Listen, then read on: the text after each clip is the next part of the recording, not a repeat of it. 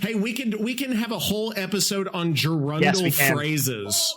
Oh, you're okay. I'm looking. You got to bring me on for a part 2. It's done. It's done. I don't mean. You've just been voluntold. Goddamn, he's so funny. Toxic teacher, camping that softly. He's easy to play every single fucking day. Toxic teacher, camping that softly. Making money by being fucking funny. Toxic teacher, camping that softly. Teaching fools, taking them to school. Toxic teachers, camping them softly. Oh, hey guys, check it out. It is me, the Toxic Teacher, here with Camping Them Softly. We're on episode 15, fifth fucking teen. Can you believe it? We made it. I mean, this is crazy. This is beyond what I ever thought it would be. And this is just, it keeps getting better and better and better and better. And I have a new setup, so I may sound just a little bit different and hopefully a little bit better, a little bit cleaner, a little bit more professional. I hope for the thousands of dollars, the thousands of toxic dollars I'm paying for this, that the billions, the millions, the trillions of dollars, that this sounds totally legit and, everything you all deserve. The killer mains deserve it. I don't know about the survivor mains. You know how you guys are. So, we're just trying to clean it up a little bit, I guess is the best way to say. Try to professionalize it. And we've got a big one for episode 15. You know what we've got? If you listened last week, you heard part 1 of our interview with our good buddy, my best friend of all time. I'm going to go stay at his house this weekend in Toronto. Actually, I can. I've been kicked out of the country. I've been banned. I can never go back. Not really, though. I can go. I don't know if I will go, but I might. But we're going to have part 2 today, which we're going to get to that here in a sec. We've got so much other news that it's going to be hard to get through everything I want to get through in that period of time. So first off, I need to thank all of the listeners. You guys are still coming. We are hitting record downloads per episode. We're seeing that steady uphill swing, that this thing is getting bigger and bigger and bigger and bigger. And I'm getting people coming. I'm getting people email coming on the stream, coming on the YouTube channel saying hey, we found you on the podcast. We really enjoy it. And we just wanted to come by and say hello, and I appreciate that. Also have the option on Spotify now and other platforms. You can text message the show if you want to, and we will definitely read out some of your text messages. And also, if you have an email or if you want to be on the show, guys, contact me. Remember, my handle is Toxic Teacher TTV in all the main ones, the TikTok and the Instagram and all that shit. And then on YouTube, I'm the Toxic Teacher. So guys, reach out to me, thetoxicteacher@gmail.com, or text the show, send me something on any of those socials, whatever, and then we'll get back with you. I always get back with the people because the people are what matters, right? And I've got this new sound pad here that I'm still getting together. It should work better. Let me check this.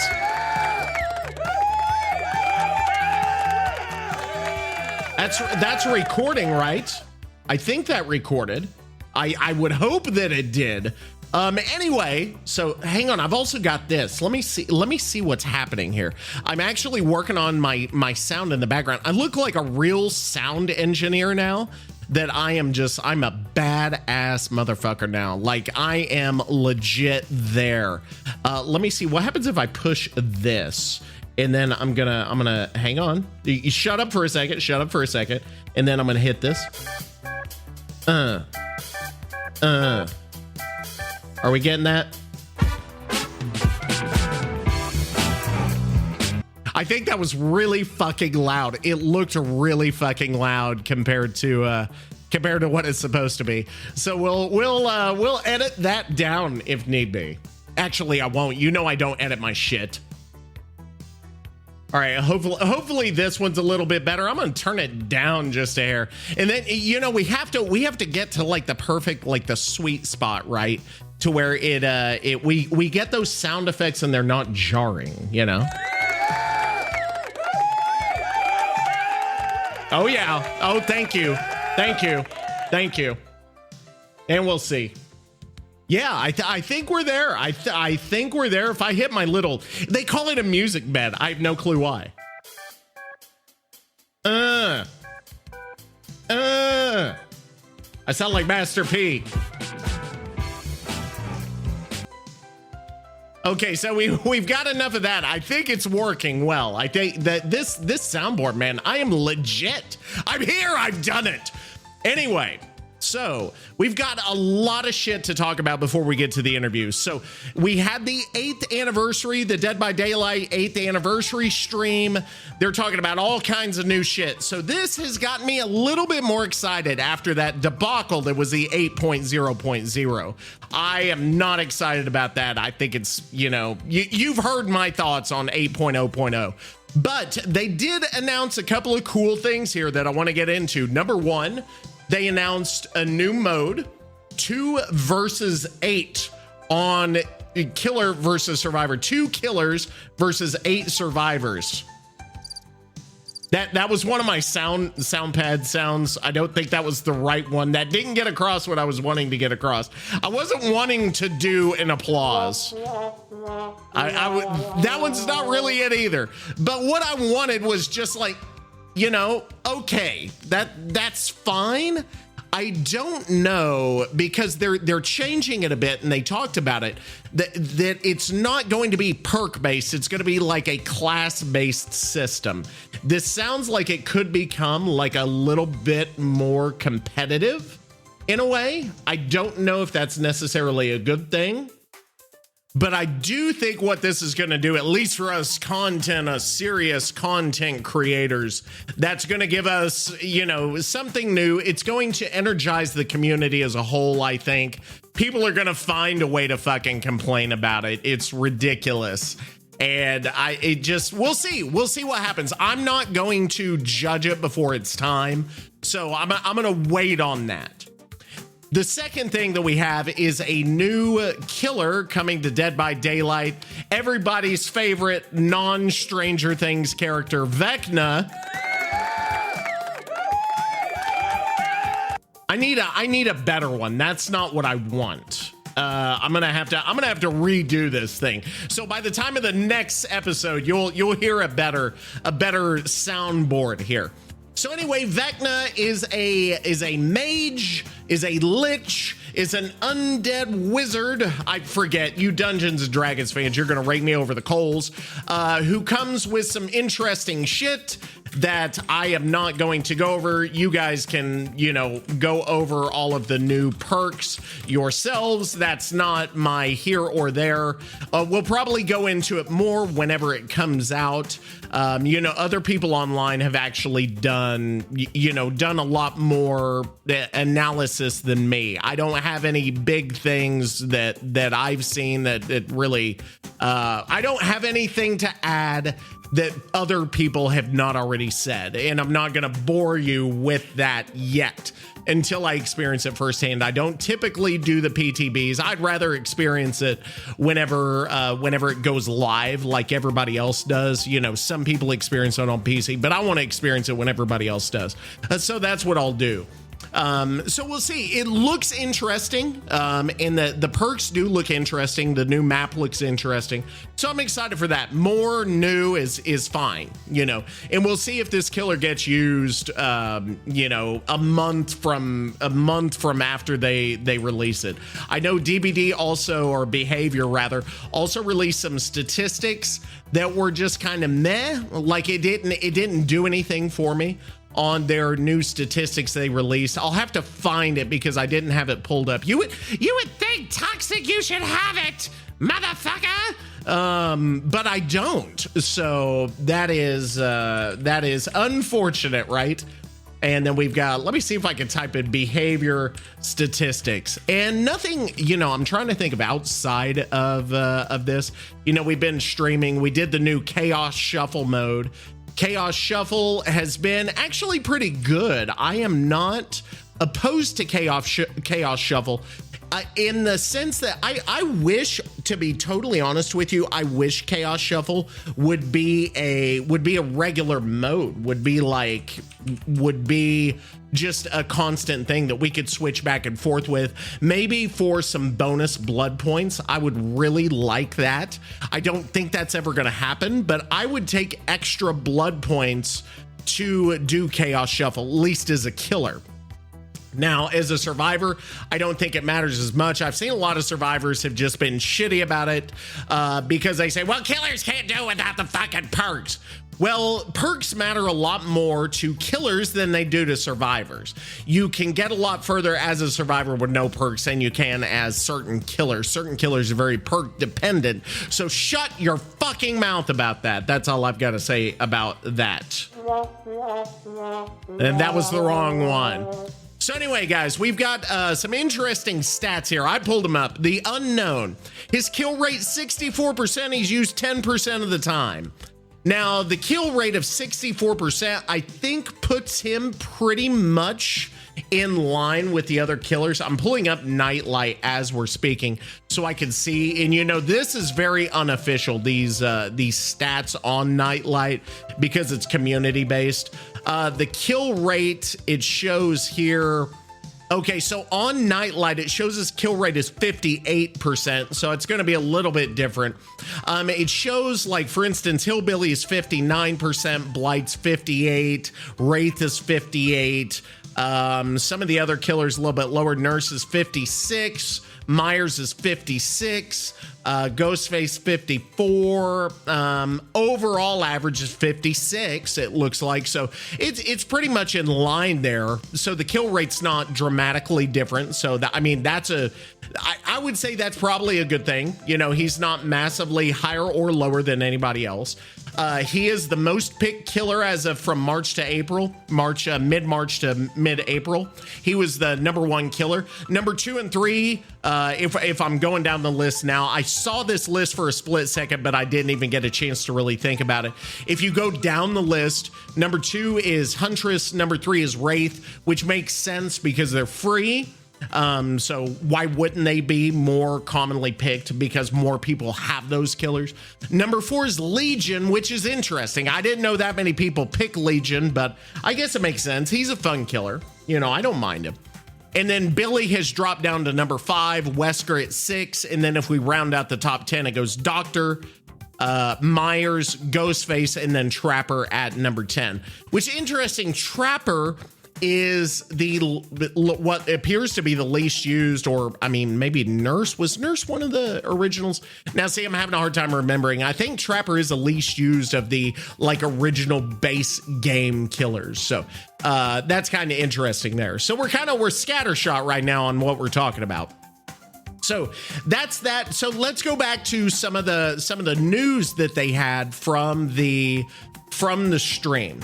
So the game coming out, Casting of Frank Stone, this is by Supermassive Games, which I love this. I love this studio. Supermassive Games have made some games that I very, very much enjoyed. If we go down the list, I mean, like, I'm having a hard time thinking of, you know, maybe with some of their early stuff, I don't know. Most of their bigger stuff have been things that I've very much been a fan of. And I'm pulling up their list. I actually want to pull it up so I can go through all of the names with you properly. So going through the ones that I actually have played. Well, they did the old Killzone. I didn't know that. But the ones I do want to go through right here are the Man of Medan games and the sequels, which are part of the what is that called? The anthology. It's the something anthology, Dark Pictures anthology. These are a series of adventure type games, horror adventure games. It starts with Man of Medan. The second game is called Little Hope. The third game is called House of Ashes, and the fourth game is called The Devil in Me. These 4 games are nothing short of fucking amazing.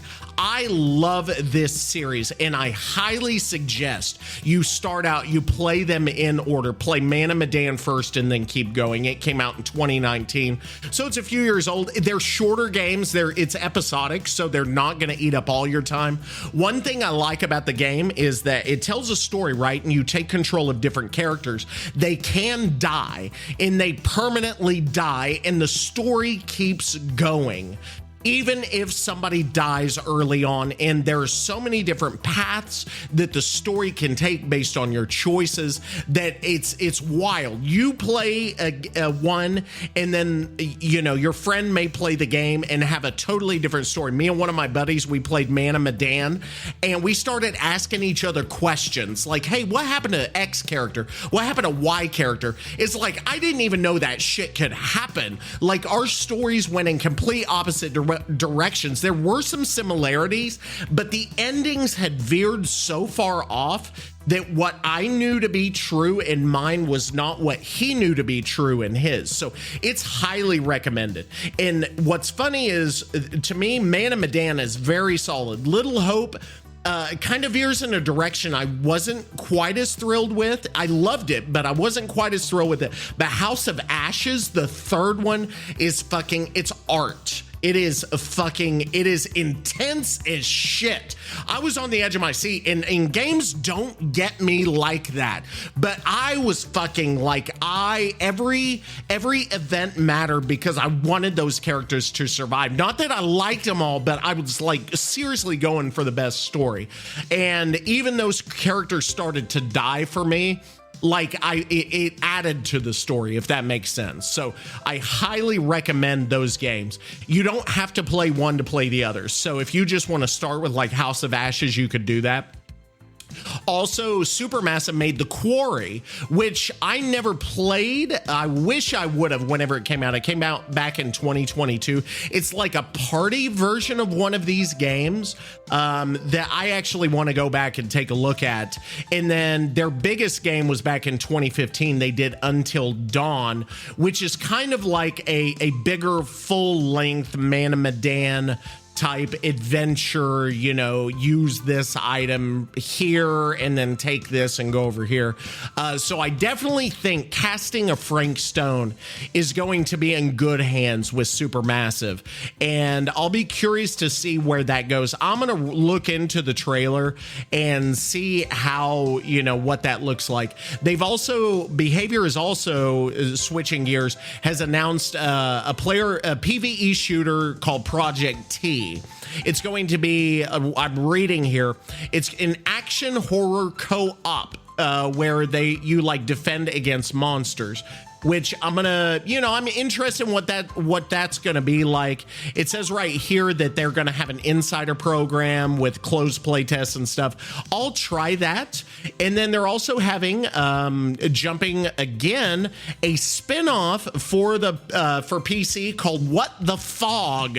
I have no clue. It's a rogue light. So we'll see what that is. It's going to be $5. It's free of charge for the first 2 million copies if you create a behavior account or if you sign in. After the promotion, it's going to cost $4.99. It's also going to have, it looks like Dwight and Feng. Oh, god damn. That's not good. So there's that. So we've got a lot of shit going on. The question is Dead by Daylight in a good spot? I'm going to say with the 8.0.0 update, no, not really. I don't think it's in a good spot, at least for killers. I don't think the changes are healthy. We've talked about that gen regression. Taking away gen regression is going to cause some knock-on effects to the meta that I do not think Survivor mains are going to like. They're going to have to accept it, at least for now, unless whenever it goes live, they're going to change some things around. I don't know that they're actually going to do that. Highly, highly doubtful. So that's kind of where we're at with those updates. And in terms of playing Chaos Shovel, I last night on my stream had a perfect stream. My first ever perfect stream. Yes, I know. And here's why it was perfect.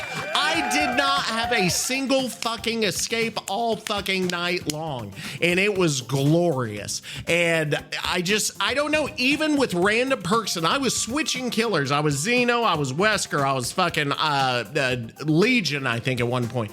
The cards just fell perfectly for me that there wasn't a single escape. And then I played a couple of survivor matches today to finish out the tome. Escaped every single fucking time. So that was, I don't know what happened, but I just got lucky. So, can't complain there. Now, I'm going to bring you to the main part of the show. This is probably why you're here, is that we have part 2. We have to finish what we started last week. We had a special guest. We talked about coffee, Canada, Kids in the Hall, Trailer Park Boys. We did a slight bit of magnet fishing, and you're going to get to hear the rest of this interview with our new friend, our good friend, our Canadian friend, is as good as a Canadian friend can be to me. None other than SWIFTKICK85. Guys, go check him out on Twitch, SWIFTKICK85. He's a great guy, and I can't say enough good things about him. And that's the best thing this podcast has given me, is it's given me Old Town South, and it's given me SwiftKick. It's given me Dak. It's given me other viewers who have come in and found me from the podcast, and it's making connections. And this has been very exciting for me. And I consider myself lucky to find these people, and I'm lucky that they're not survivor mains either. I know that SwiftKick tells me he is, but I don't think he is. And I think you're gonna see, I think he might be a closet killer main, but I'm gonna try to bring him out. I don't know. That sounds fucking. That's unfortunate. That's an unfortunate choice of words. Not meant to offend, but you get my point. So, without further ado, here is our good friend SwiftKick85. Here we go.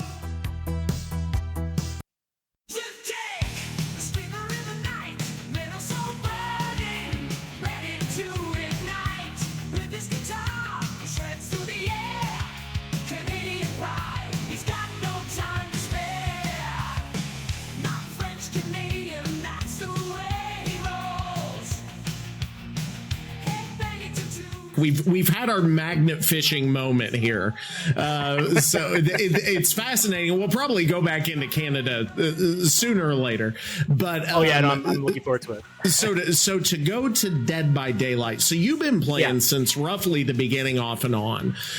Yes. If you were to judge kind of where it is now, and this is kind of getting philosophical, where it is now versus where you've seen it. Would you say it's in a better place, kind of middle of the road, in a worse place? Like, is it because you play Survivor more than I do, so you're going to have a totally different viewpoint. But how do you feel about the game as it stands right now? Okay, so I'm probably one of the more of like the devil's advocate when it comes to survivors. But I do think it's a lot more fair. Right, I do think it's a lot. So in other words, I think it's better. So to answer the question, I think it's a lot better than where it came from. I have seen the infamous Matthew Cote video where he plays as Hag. I don't know if you've seen that. I have not. But if you have, well, let me tell you, you are in for a treat. As a killer main, you are probably going to relate to this. But I'll just give you a quick tidbit. Basically, he went to South Korea and he was on a South Korean, I suppose, a stream network, or he was on a show of some kind. I don't know what the show was. And what had happened was that one of the presenters had actually challenged him to play Dead by Daylight on the episode. Right. Okay. So he did. So he played as Hag. Right. And so this has to be 2017 at this point, because Hag came out after Nurse. I think she was like Hag and Ace came out after the Nurse did. So what happened was that he plays as Hag. And then basically he just gets absolute like there is a mop and it has Matthew Cote's name on it, and they just mop the floor with that. Like that's what happened. All of the survivors had purple flashlights. All of the survivors had insta blinds. All of the survivors had it was rough.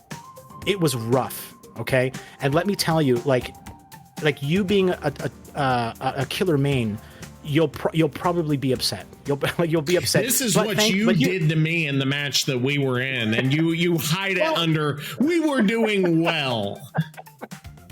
Look, to be fair, this is the thing, right? So let me quickly put a pin in that.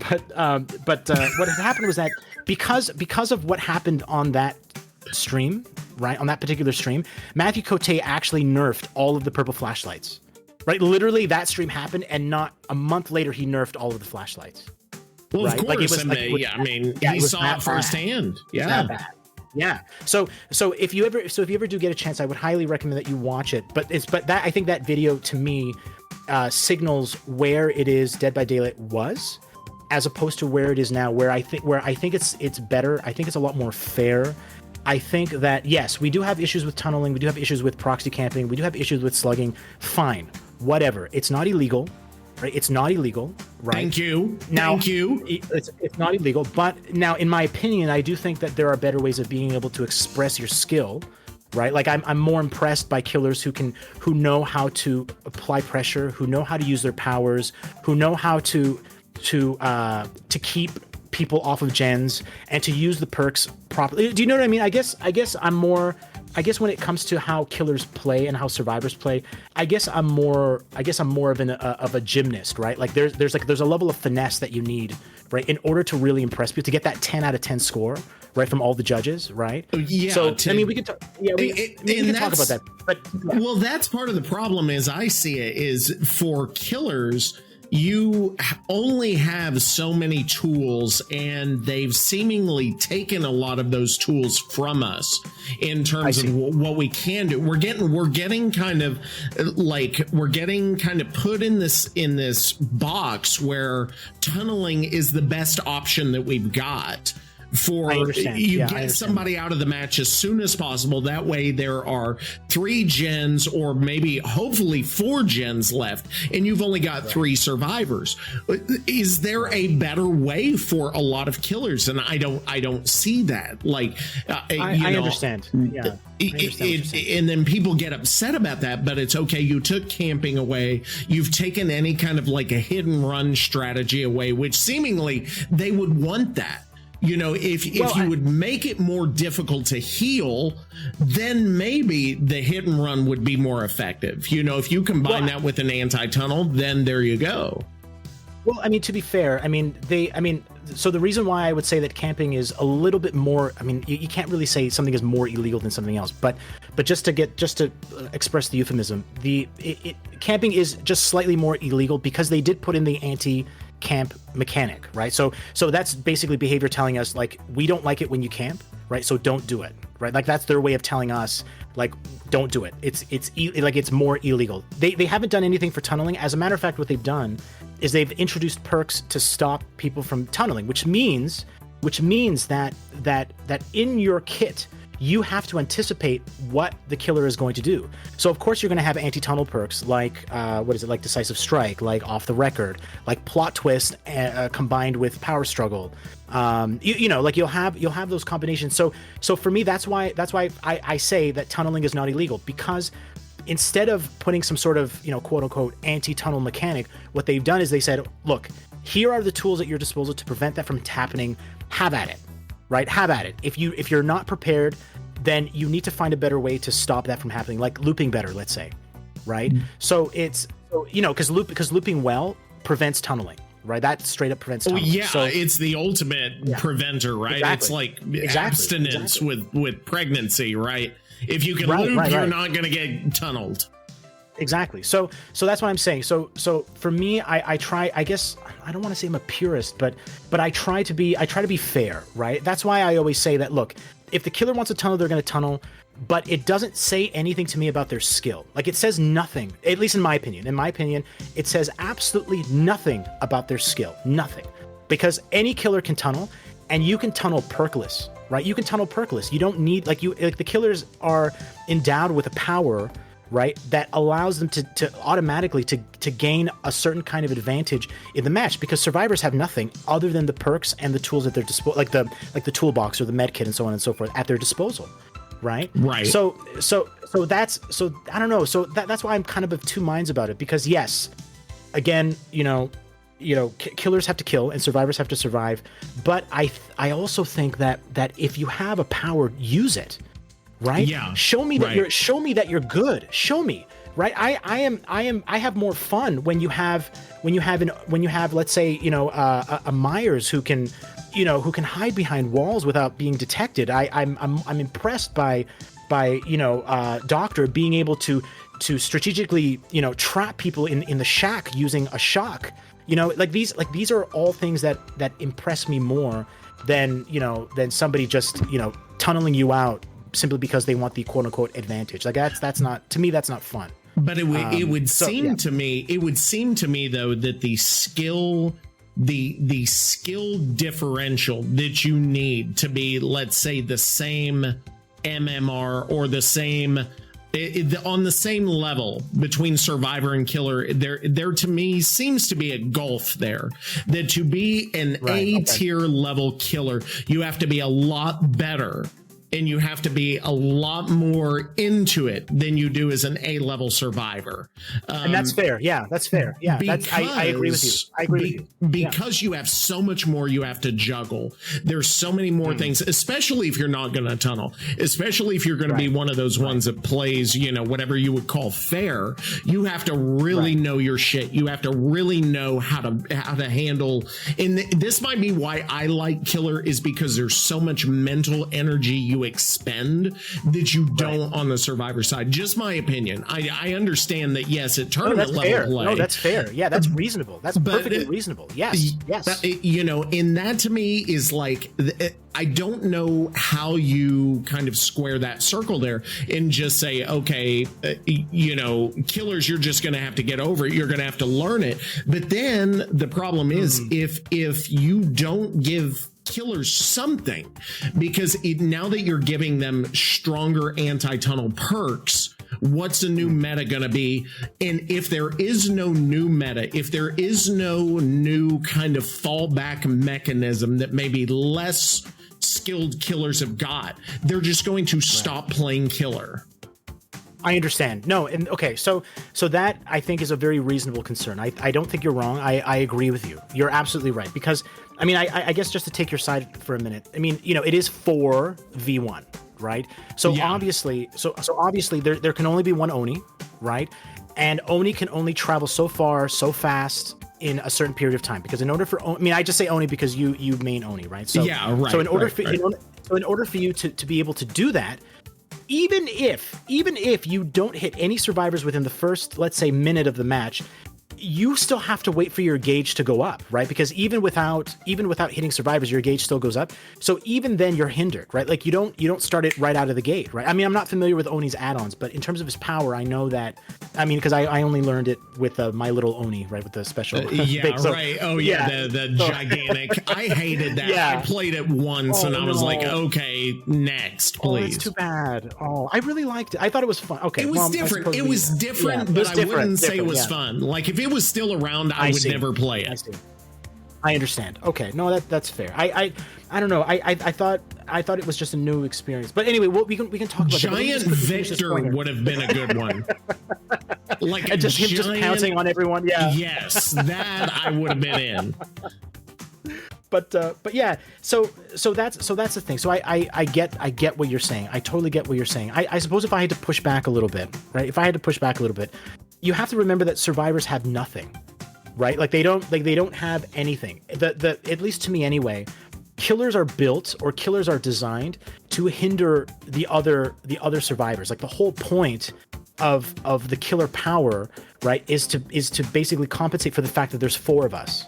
Right. So to go back to Oni, for example, so Oni, right? Oni has the ability to track very well and has the ability to traverse the map very well. So the tracking comes when you injure a survivor, you see the blood orbs, right? So you can track survivors easily, right? So not only do you not have to look at the floor, you don't even have to like move your camera. You can just, there they are, right? Oh, there was a survivor here because you see a group of orbs around a gen. Right. So So when I guess what I'm saying is that I understand why killers get a very killers get frustrated, right? They get frustrated, and then on top of that, you have teabagging survivors, right? So I get that. That's perfectly fine. But like I said, if I had to push back, I would say that killers have that advantage because they have that added power. Not to mention that their base kit, you automatically run faster. Like you're already faster than the survivors. So I don't know. Like I said, I'm of two minds about it. I do like this game, and I do get why, you know, killers and survivors alike get very, very frustrated. I get it. And you know, I say one thing and then I say to myself, oh yeah, that's right. You have this issue. Okay, yeah, I can see why Oni's a problem. Right? I can see why Toxic Teacher has, you know, that there's an issue and his issues are legitimate. But then there's also this. But the Toxic Teacher's also right about the, you know. So I go back. I ping pong, man. Ping pong. I wish I had a better answer for you. It's hard, and I think it leads to like this. I think, and we've seen it with other. I don't know how many other ASIMs you've played. It's unusual that Dead by Daylight has been able to survive, and I don't know if that's just because it reached kind of a critical mass where it could self-sustain, whereas the other ones were never able to reach that. Kind of like I'm thinking about, I don't know, did you play VHS back whenever it was like during the beta thing? VHS. I'm not sure I'm familiar with that. It was called Video Horror Society. It was about 2 years ago, and the idea was it was a Dead by Daylight thing. It was 4v1, and the survivors had weapons that they could craft, and there were 4 types of weapons of different, like, and you had to hit the killer with each one of the weapons, and so you had to hit them a certain amount of times, and if all 4 weapons were used successfully, the killer died and the survivors won. And then on the other side, you as the killer, I think they called it a monster. It was like a high school, like the 80s theme. So if you were the monster, you were trying to hit them enough to drain their energy and kill them. Yeah, I think that was called Prop Night. Was that? Am I getting that wrong? No, that one's a different one. Prop Night's where the killer can like take the form of different props on the map. No, this one was actually it was novel in the same way, but like quote unquote, the discussion was survivor mains were going to love this game because they could fight back, right?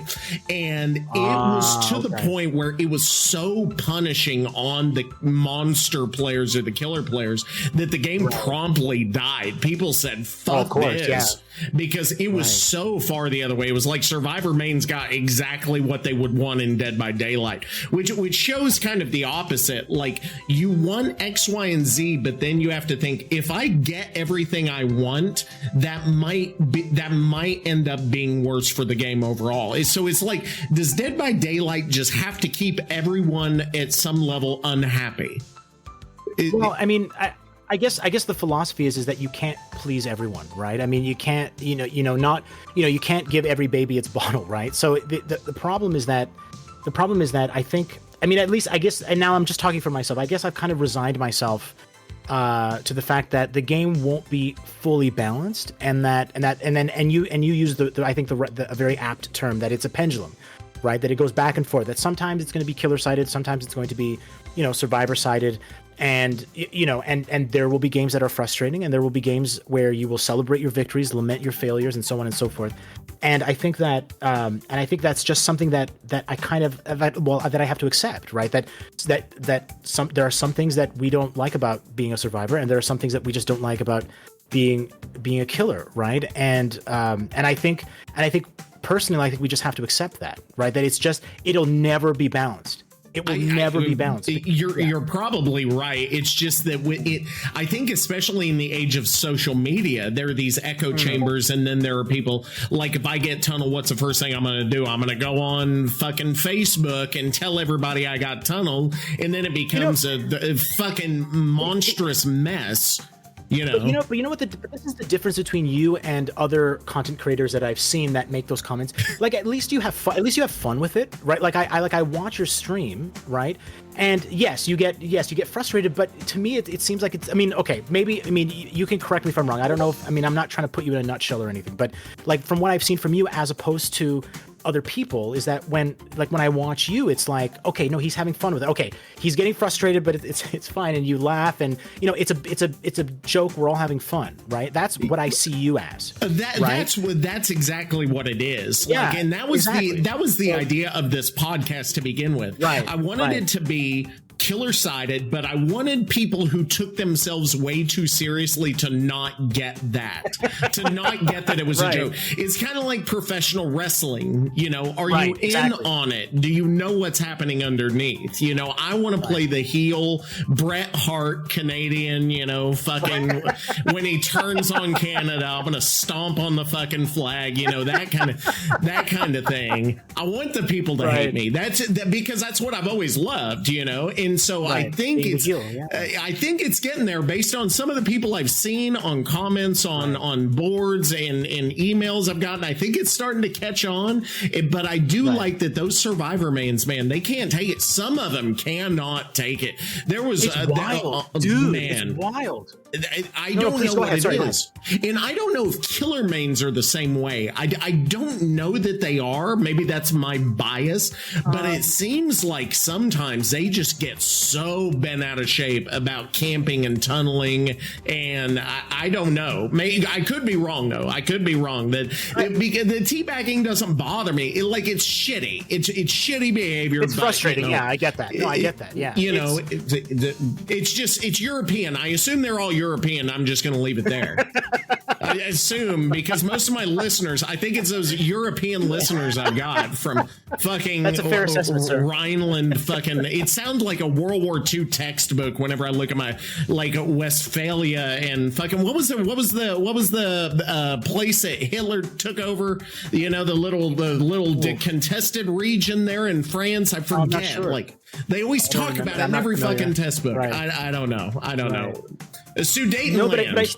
Something I don't know. Oh, right. Okay. Yeah. Well, I mean, just to go to your point, though. I mean, at least from the Survivor perspective, yes, survivors do get bent out of shape, right? Because it's just like, oh, he was tunneling. Because that's the main gripe, right? The gripe is the tunneling, right? The gripe is the tunneling, right? And so, like I said, tunneling is not illegal, right? But you know, the developers kept it in the game, and they've designed the perks around the tunneling, which means that tunneling is they consider tunneling to be fair. Right. That's why I don't make any gripes about it. Right. Because it's just like, OK, and that's how it's going to be. Then that's how it's going to be. I just have to loop a little better, or I should bring in a better perk set, or I should bring in better tools, or whatever. Right. So for me, when survivors get bent out of shape about being tunneled, I'm just like, OK, look, just move on, man. Right. Yeah. It's one round. You're going to have better matches. You'll have better matches. I've had amazing matches. Yeah. And that's the way with MMR now, right? If you have enough good matches, they're going to start getting more tough. And then you're going to have a few bad ones. You're going to go back down. It's going to even itself out over time, right? Ideally. Yeah, I think that was kind of the idea with MMR. I mean, I don't speak for behavior, so I have no idea what they were thinking about when they were doing that. But at least the way I see it, it's supposed to be kind of like, you're supposed to experience it as kind of like a roller coaster, right? That basically, yeah, you're gonna have bad matches, but you know, you buck up and you get on the horse and you get into the new match, and then suddenly you're out. Oh man, I got out. Oh geez, I got out. So you have kind of like, it comes in waves. You know, it's you know, this is going to be a good match. This is going to be a bad match. This is going to be good. You know, and look at it this way, right? And sometimes you have epic matches, right? Like, okay, let me actually. I was telling the story about how we met, but I do consider that match to be pretty epic because what had happened in that match, right, was that you, because when the match was over, well, it wasn't over, but when the gates were opened, and you had put that survivor on the hook, right? You were kind of you were in the vicinity. You were I suppose you were camping essentially, but in that case, we were trying to get the rescue, right? But what had happened was that we got the rescue. We were successful, but you were able to block the door in such a way. But you were able to kind of guide, like, some of us away from the door, to the point where two of us were actually, we ran out of time and we died. I remember that specifically. Yeah. Yes. Yeah, I didn't know if you guys were goofy. Like, I didn't know exactly. Yeah. Maybe I looked a lot more intelligent than I was, but I thought you guys had gone another way. I think I might have actually lost you, but I remember you two were going for the door and the timer ran out. Yeah, and the problem was that so if I remember correctly, the VOD is still up if anyone wants to look at it. But basically, if I remember correctly, what had happened was that I was trying to go along the edge, and you were kind of running beside me, and I couldn't get to the exit gate because if you had activated your power, because you didn't activate your power, right? So I was like, for sure he's going to activate his power the moment I get to the door, and I'm done. Right. So so there was no right way for me to go there without me anticipating you doing that. Right. And I didn't know if your power was available to you at that point because we don't know. Right. So I had to make the bet. And the bet didn't pay off. I actually ran out of time. Yeah. Right? Okay. I remember that vividly now. Where the two. Yes. And that's where part of the fun is, that kind of emergent fun. Whenever you're having to make those gambles there, and you're having to make those, what are they going to do? What are they not going to do? That's the funnest part of the game right there. But that stems from killers knowing what they're doing. Yeah. Right. That stems from killers knowing what they're doing. Right. If you had, look, I get it. Look, I get it. I get it. Toxic Teacher. We have bad matches. I get it. Right. I get it. Right. But it doesn't, but we shouldn't resign ourselves to just being like, okay, the survivors must suck. Behavior sucks. She's like, no, that's fine. Just move on to the next game. You'll have a better match next time. You will. Yeah. You'll definitely have a better match next time. I've seen your streams. You've had good matches as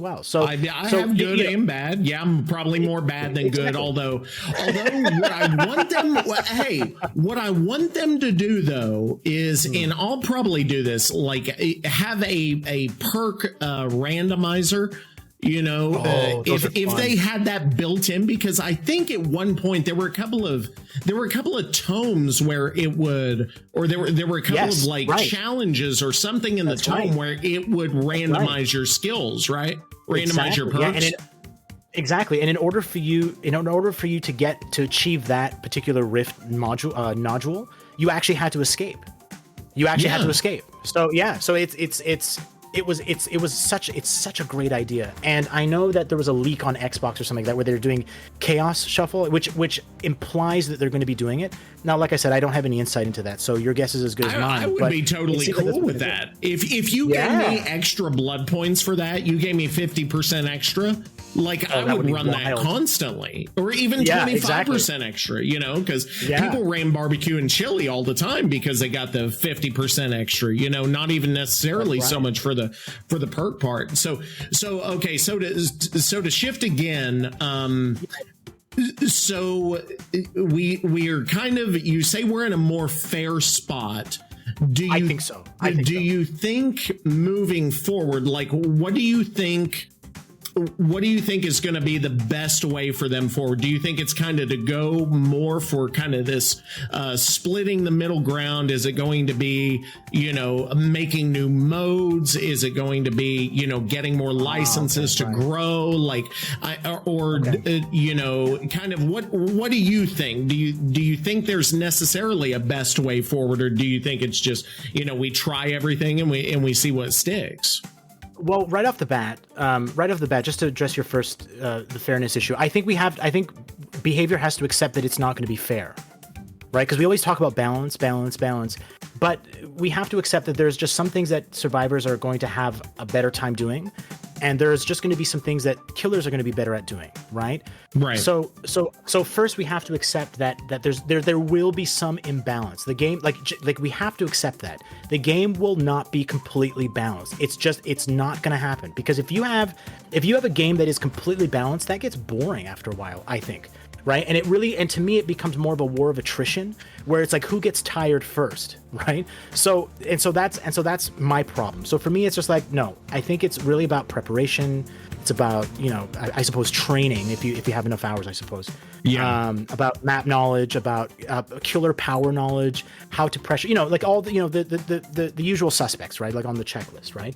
So we just have to accept that the game will just not be fair. So that's that just right off the bat.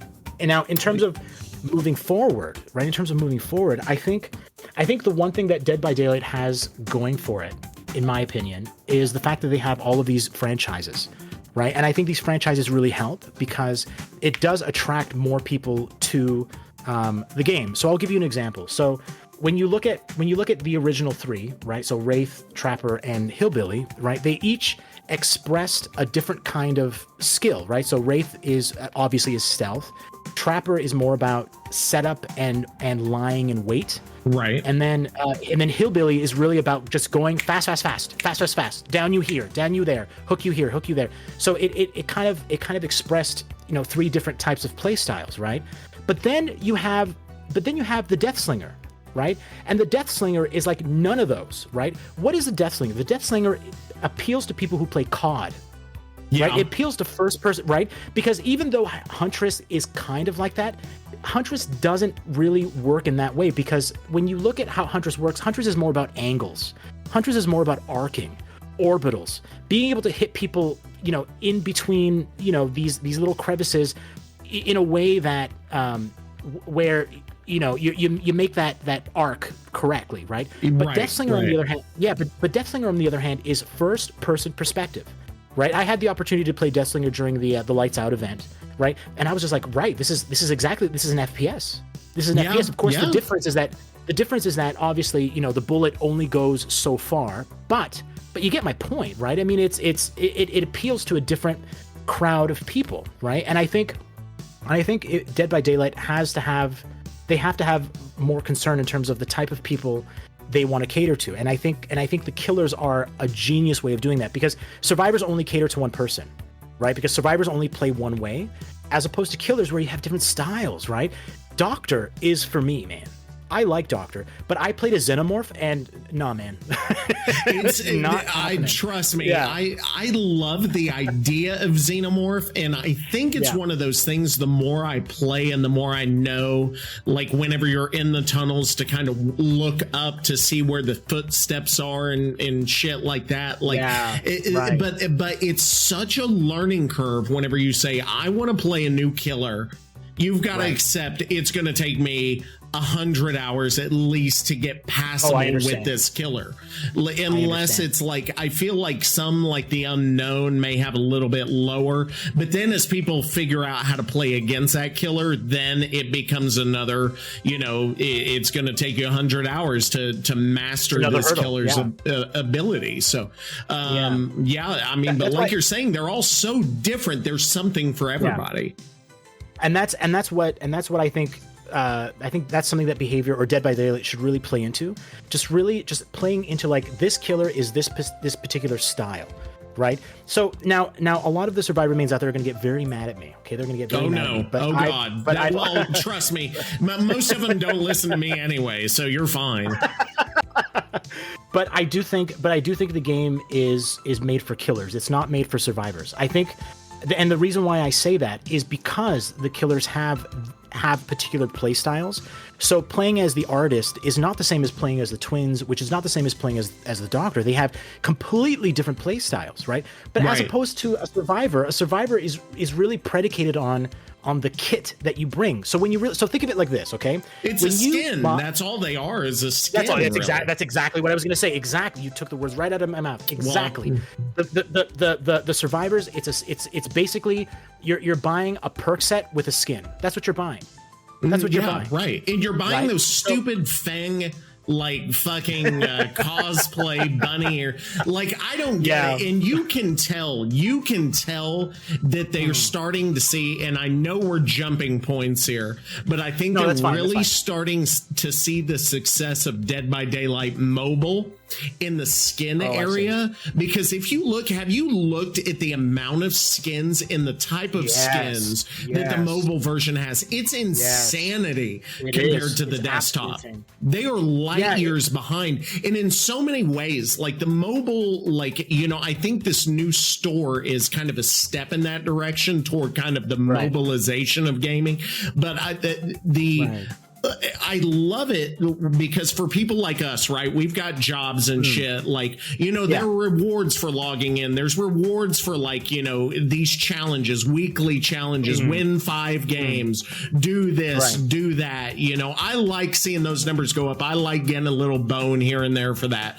And the mobile gets that. You know, they have those psychiatrists, psychologists who work on these games to get you that Pavlov thing, you know, which I think the desktop version version will eventually get. I don't know where I was going with that. Oh yeah, because it's a skin, right? Because that's all it is. And so you're just it's not the same is what you were saying, right? It's not it's not the same experience, or you're saying it's more, you're catering the game more to the killers, is that right? Or well, think of it like this. So let me. I'm not sure how to explain. I'm not sure how to explain it. It's like it's. Think of it like this.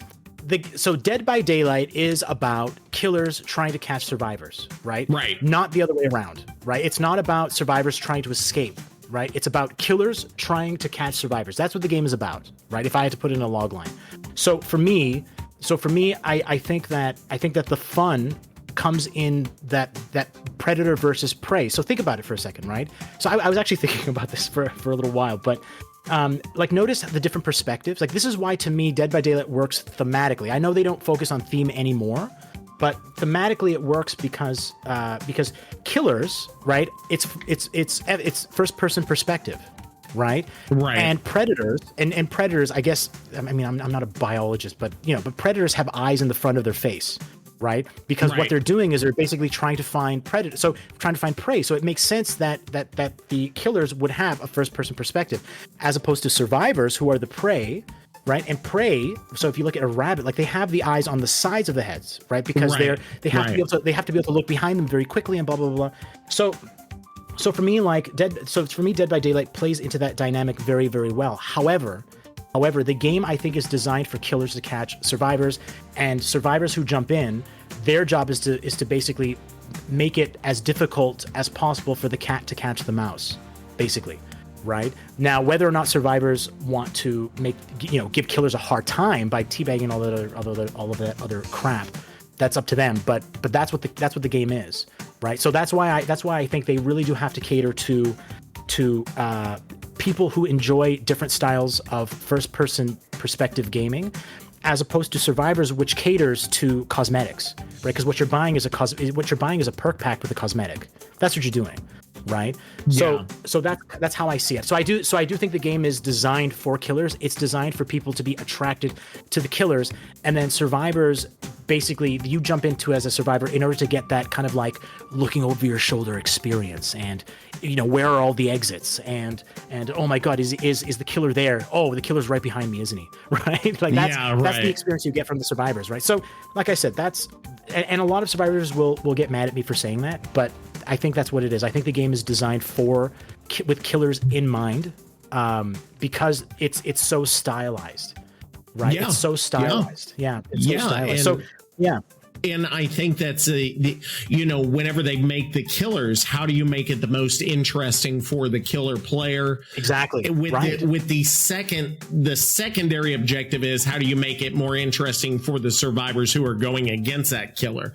Even if they love going against that killer, if the killer sucks to play as, nobody. I mean, we've seen that. That's obvious. Like for instance, as a survivor, I enjoy going against the singularity. I don't mind it, but I hate playing the singularity, and apparently everybody else on the planet does too, because nobody plays it. And that was one that they tried something new that just did not work. And I wish it did work, because it's a great idea. It's a great idea.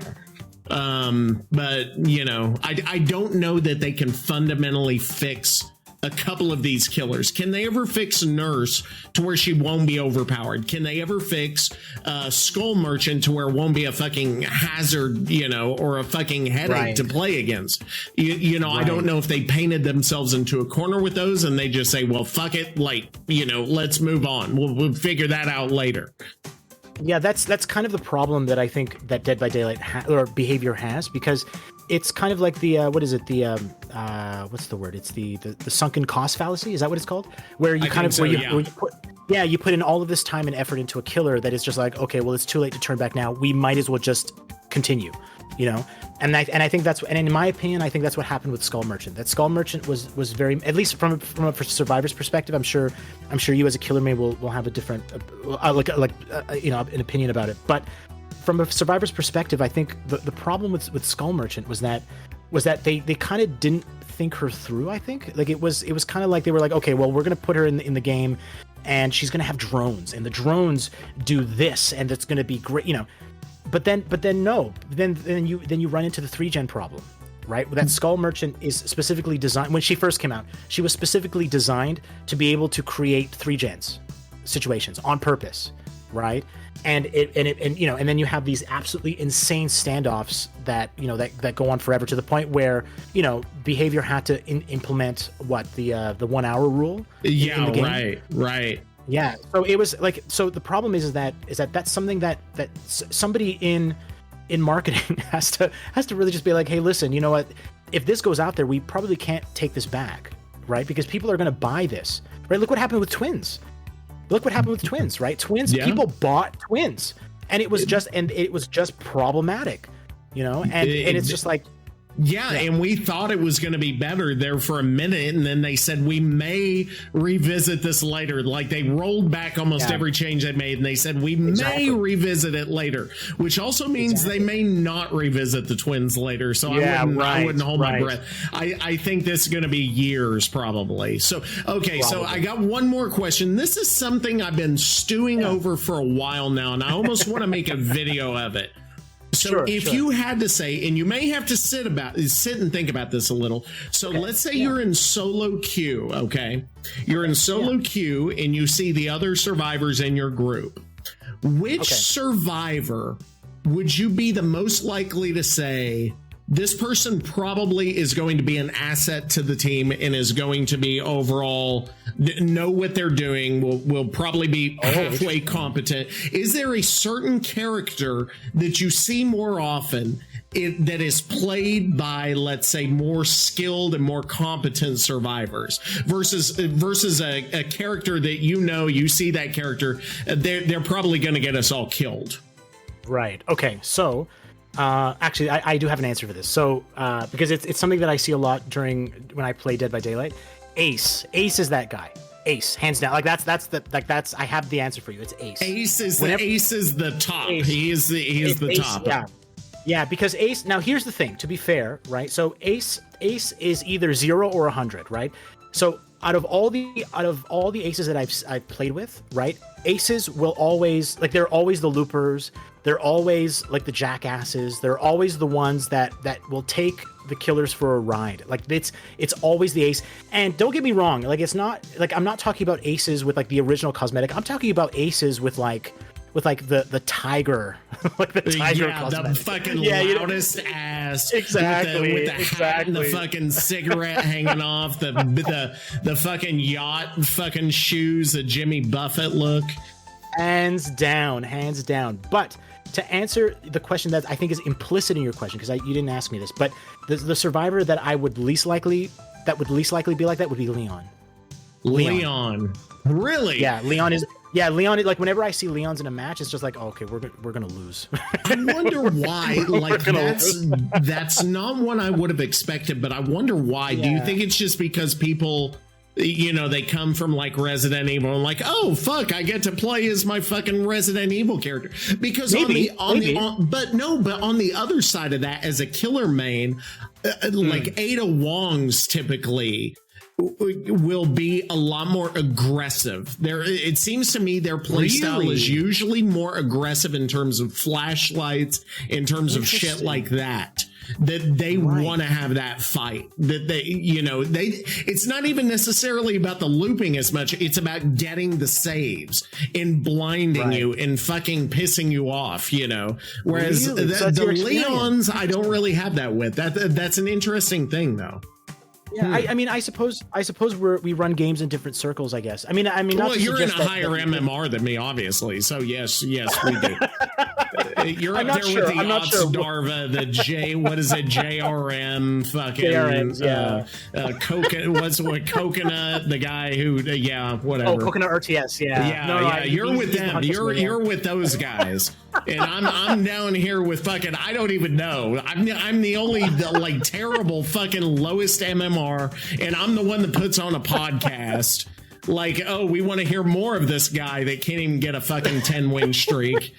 You know what? But to be fair, it's like but this is the difference between like big streamers and people like me. Like I have less than 100, right? So less than 100 followers, right? So I'm a smaller streamer, but I find that smaller streamers, generally speaking, I guess they're just a little bit more open to losing, right? Yeah. And I think when you look at odds dark, I mean, well, actually, maybe I shouldn't be bad mouthing other streamers. I don't think we're not going to be fogged with. At least me, I'm not even close. Like, we're so far off their radar. If you saw that leak a couple years back, how much money these people are making. Like, I'm probably like a nothing burger to them. Yeah. Oh my God, we're not even. We're nothing to them. So I mean, you were talking about being used to losing. Yeah. So what happens is that like when you watch people like True Talent, when you watch people like Odds Dark, I don't watch that. No, stop with that. I don't know if you've heard my little hints lately, but yeah. Well, wait a second. Now, before we get into that, but like, just my I guess my point is that like I've watched them, right? Mm-hmm. And I wouldn't say I watched them. I've tried to watch them. If that says anything to you, I tried to watch them, and I would say that the majority of their streams, at least when I listen to them, they're just complaining, dude. They're just complaining. Like, are you kidding me? Right, like, and then a lot of them have the audacity to release a video, just be like, I don't think I'm gonna make videos on Dead by Daylight anymore. Yeah, right. Get out of here. Right, like it's their lifestyle. They have to. Exactly. They have, but it's a lifestyle of complaining. Is my issue. That's why it's very difficult to watch them because I'll watch your stream. Like, that's what I'm saying. Like, I have you're my point of reference here because you're a killer main. So when I watch your stream, like I don't get that from you. Like, I don't get that. Like, I don't get the whole you fucking hate this game. Behavior sucks. They're pieces of like, I don't get that from you, right? You're having fun, right? But these guys are not having fun to me. Like, I watch them and they're just not having fun. Well, it's a job. It's their living, right? So they've got to do it whether they like it or not. Yeah, and that's, I don't know. Yeah, and I suppose that's the point, right? I mean, I suppose that's what's implicit in what they do. Yeah, and I think that's their argument because that group, not them in particular, but kind of that overall group, they were the ones arguing against MMR because I think, and I'm being very kind of pessimistic here, but I think it's because it makes it harder for them to get good content whenever they have to play against people of their own skill level. You can't get a 50 win streak anymore whenever you're playing against the best of the best every single match. And somebody was like, well, I have to concentrate when I play now. Well, what the fuck do you want? Like, you want to just roll over, people all day long just so you've got all these great clips or whatever? That's not the way and they're the ones who were the loudest against MMR because they didn't want to have to, they wanted easy content. I think I'm being very skeptical here, but that's deep down, that's what I feel. I think that's fair. I think that's a very reasonable assessment that you're making because I didn't think of it like that. I just thought, I mean, I guess I was very superficial thinking about it the way I was thinking about it because I just saw it as kind of like, oh, they're just, look at these people just complaining about, a game where you're supposed to be having fun. Right. But I mean, but the way you're saying it now, that actually makes a lot more sense. I think you've changed my mind on that. That's a good point, actually, because a lot of what they're talking about. Right. Because I think True Talent said something like this, too. I was trying to watch one of his streams and he was just like, you have a choice. Right. You could either get the win or you can have fun. And I was like, you idiot. Like, what are you talking about? That's not the comparison. For it's just simply to have fun. Right, that's what it is. And if you win, you win. And if you lose, you lose. Right, and you take it on the chin and you move on. Right, like the idea is that you have an attitude, even if it's not a positive attitude. You have an attitude, right, where you're trying to support a game and attract people to the game.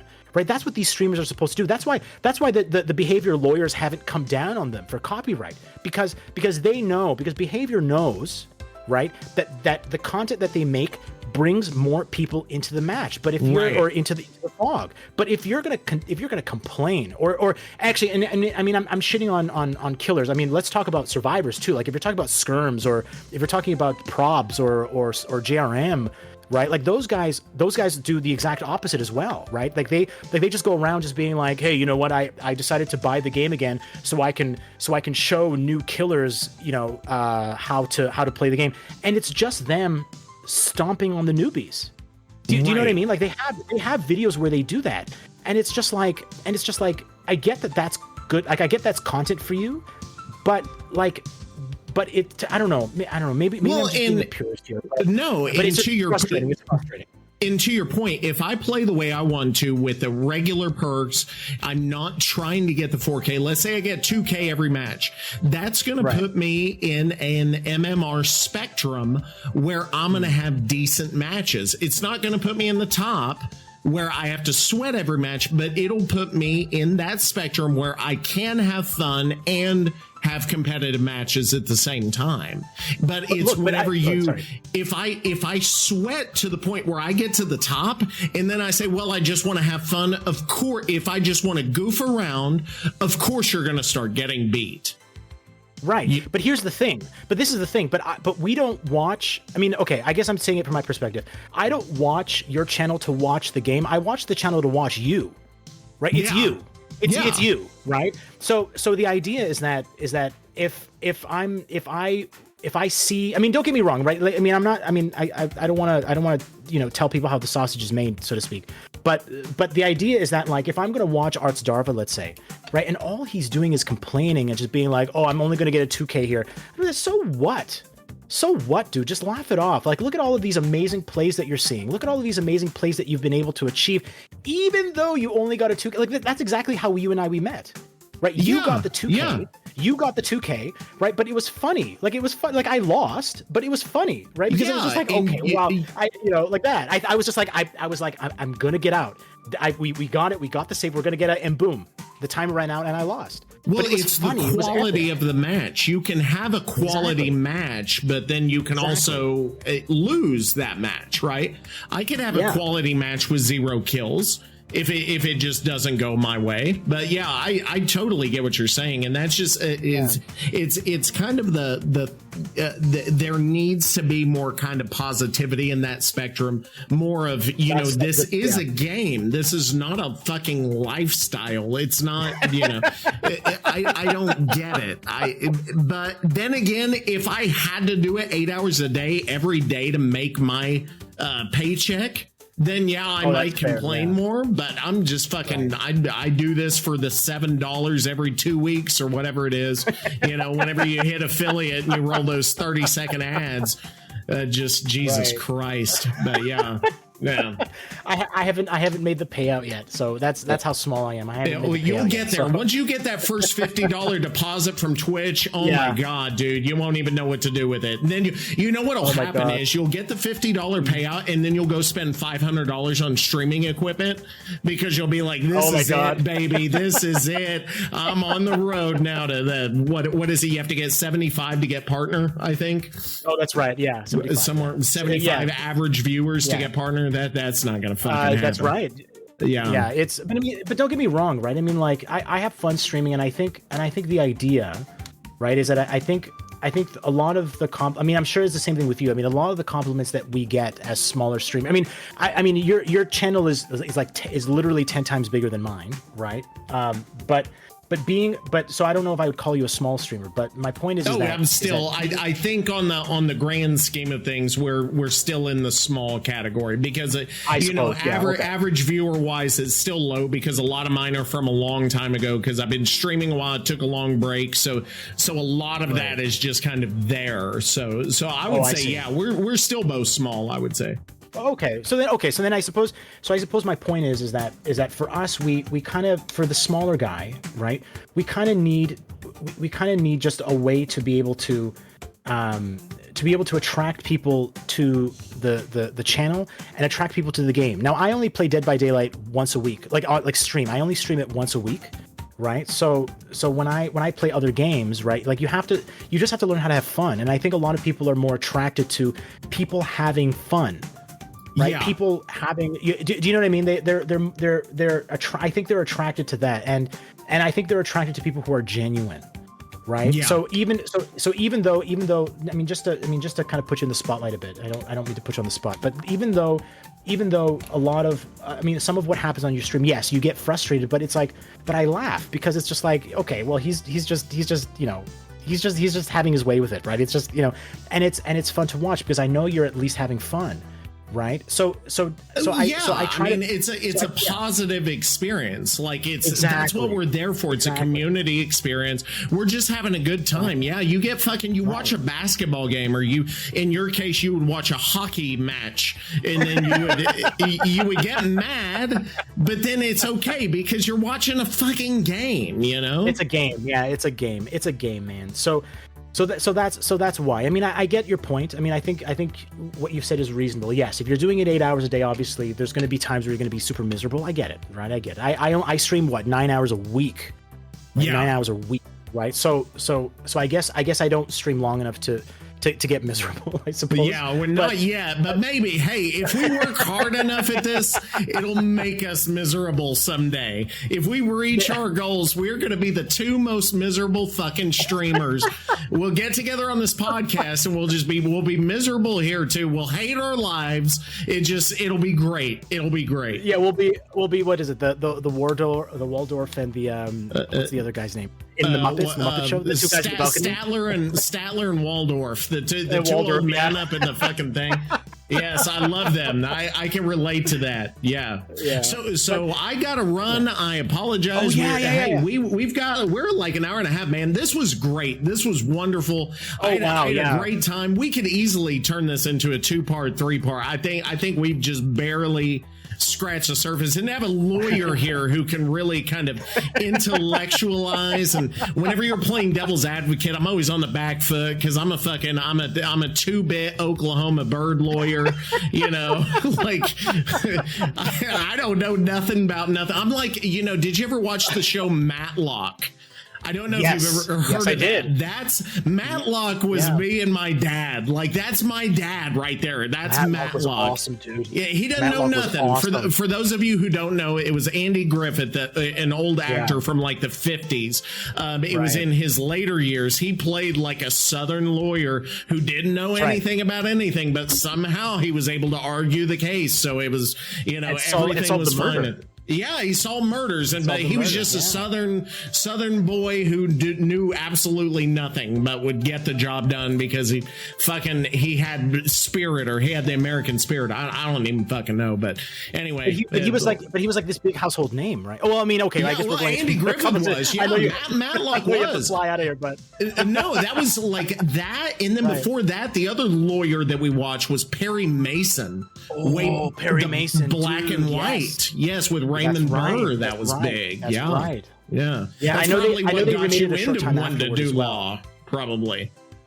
Sorry? Say again? That's why you wanted to do law, was like Matlock and fucking Matlock and fucking Perry Mason. It's kind of funny because a lot of, oh my god, okay, if you have to run, I don't want to keep you, but it was like, like I grew up on that stuff because my mom was into Murder, She Wrote. That was her show. Dude, I watched it. Hey, by the way, did you know that town? I talked about this on one of the podcasts, I think. Or no, I might have, but that town, that tiny town that she solves those crimes in, it has the highest per capita murder rate in the world. No, seriously? In the show, because there's only like 400 people in the town, and somebody's getting killed every single week. They have more murders per person than in Venezuela. It's funny. I've always told people about that when Jessica Fletcher shows. Like, I always say to myself that, like, there's like a group of like 5 people. Jessica Fletcher shows up, and somebody goes, "One of you is going to die, and one of you is going to be the murderer." That's it. We just know Jessica Fletcher is here. So Murder, She Wrote, you wanted to be Angela Lansbury, okay? That's right. You should have become. She was an author, though. She wasn't even a lawyer. Yeah, she was a mystery writer. That's right. She was a mystery writer. Yeah. Oh, Jesus. Like I said, I grew up on that show because my mom used to watch it. But the show that I grew up when I was like, learning about TV on my own, right? When you're 8 or 9 years old, right? You're kind of just like, oh yeah, these are shows that I like. But even at like 10 years old, I was watching Law and Order. Oh god, any police procedural you could get your hand on.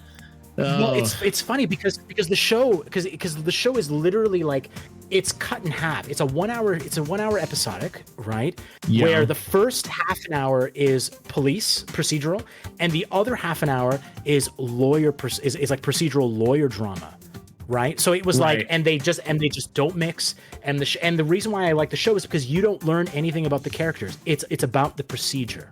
It's about the procedure. Maybe I'm alone on this because because I was an English teacher for a little while and I'm fascinated with grammar, right? So we don't have to too. get into I'm a certified English teacher, but I never taught it. Oh, nice. I taught very geography, but I never got to use my English certification.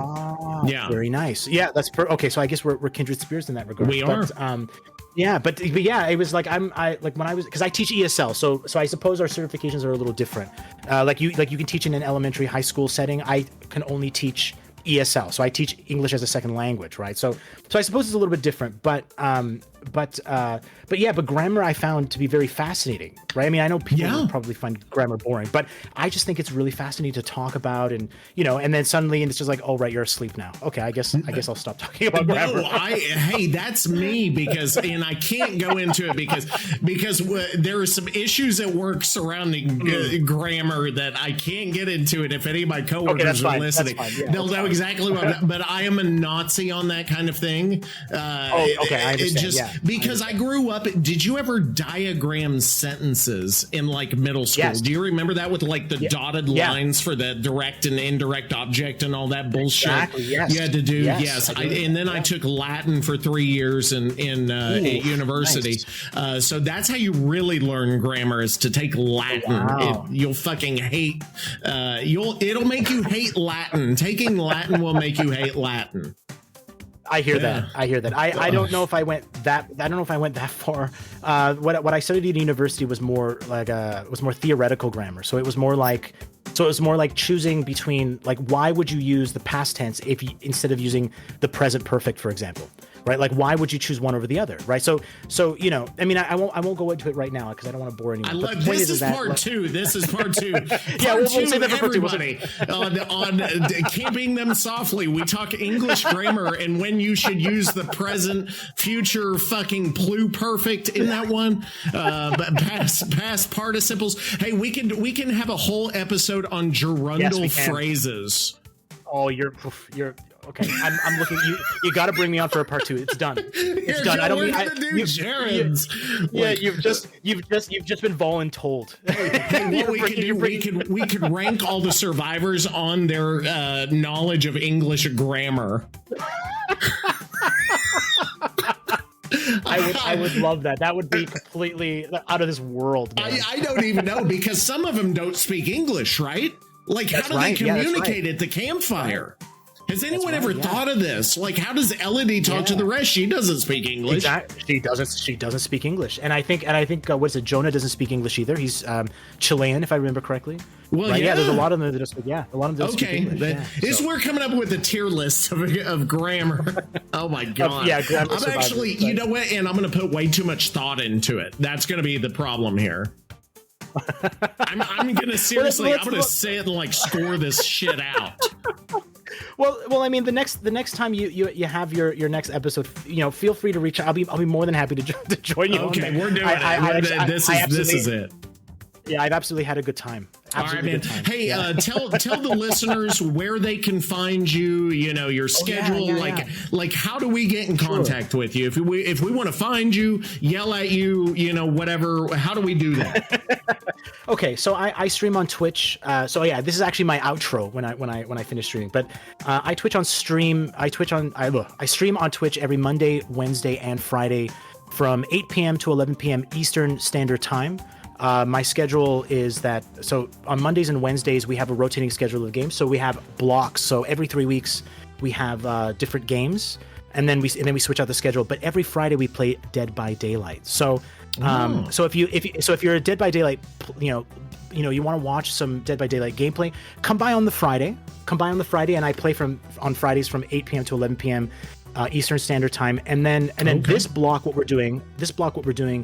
Mondays we're doing Fall Guys, and then on Wednesdays we're doing Stardew Valley, and we're going to be doing that until next week, and then we're going to switch out the games again. When you and I met, I was doing Chivalry 2 and Cuphead. I love on the Mondays. Chivalry 2. I love Stardew Valley. I love game. Fall Guys. Chivalry 2, any game that has a scream button where you could just press a button and fucking yell as you get an arrow like fucking in your eye like that. That's my shit. It's fucking chaos and I love every second of that fucking game. Yeah. All right, man. Well, hey, thank you so much for coming by. So, Twitch is the main way for them to find you, right? We'll find you on Twitch. Yeah. Okay. Yeah. So SWIFTKIC85 on Twitch. Yeah. And then then I have my schedule is always posted. So if your listeners don't forget what the schedule is, you can always just go into the schedule page or the About Me page, and I have it all listed there. I am very, very regimented when it comes to scheduling. So I will always be there on those days. So Monday, Wednesday, Friday, 8 p.m., 11 p.m. Eastern Standard Time. That's great. Okay, thank you very much, sir. I appreciate it, and we're going to be on again. So start thinking of your grammar for the next episode. I'll be sure to pull up my grammar books and see if I can make any comparisons to the survivors for sure. All right, sounds good. See ya. Thank you very much, Toxic Teacher. I really appreciate that. See ya. Bye. See ya.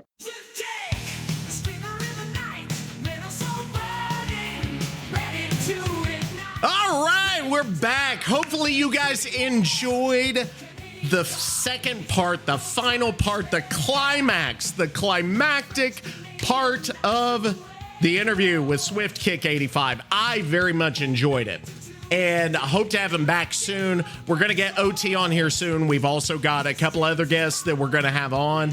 I'm very, very much looking forward to it. I've also got some buddies that want to come on now that they know I have a podcast, talk about non-Dead by Daylight stuff. I don't know if that's going to happen or if we'll have a bonus fucking episode that's not Dead by Daylight. I wouldn't want to take away from a Camping Them Softly regular episode to do a bullshit episode about fucking fantasy football, but we may do like a late week bonus episode for you guys. I would never take away from you, but I would give extra to you. So that's how I do. I'm not like Behavior with killer mains. I'll give to you. I won't take away. So I'm trying to think if there's anything big that we need to talk about before we go. Is there? No, actually, I'm having a hard time. I think that might be it. Well, oh, yes. So a new channel is going to appear next week that I'm going to link you guys to. I'm not going to tell you what it is, but sometime next week, the Toxic Arm will have a new channel. A new thing is coming. I can't give you a lot. If you are a listener of the show, you've already heard and you've already seen, and if you go back to the VOD, you'll see, but we'll talk about it next week. I'm very, very excited. And then we'll talk some more about the update. We'll talk about what's going on. I really do want to get into some like perk analysis and then have some more interviews, have some more discussions, and maybe even a little bit more survivors saying stupid shit. Yes, I know, right? I've got 3 buttons. You're only going to hear the fucking 3 buttons. And then I've got, like, if I want to get really cool, I've got my little music bed here. Here we go. 1, 2, 3.